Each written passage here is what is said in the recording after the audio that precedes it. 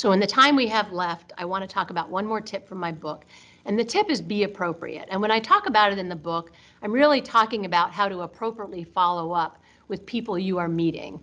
And as Janet talked about when she spoke, it's great to reach out and meet people. And I hope you'll look in my book to see how to best follow up with the people you are doing that with. But it's important to be appropriate in another way. And a lot of times when I talk about building networks, people will say to me, well, this is great, Ellen, and I'm doing everything you say, but how do I use my network? How do I go to them? How do I get their support? And the key thing you need to remember is you need to be appropriate in those interactions.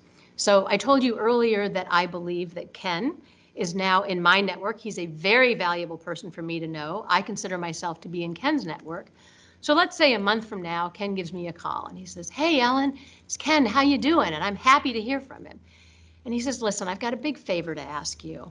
My significant other and I are going to adopt a baby, and we'd like for you to be the godmother to that baby because we think it would be very valuable for her to grow up with a role model like you in her life. Now, I am hoping that no one out there on mute is going, all right, Ken.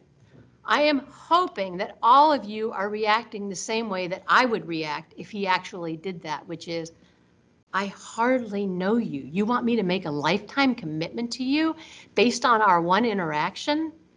None of us would do that personally, but people do that with members of their network all the time. People think that because they know someone, they can ask them for anything.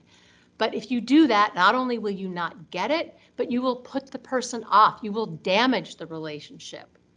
So what do you do when you want to call on your network? Here's the key. If at all possible, instead of asking someone to do something, ask them for information or advice.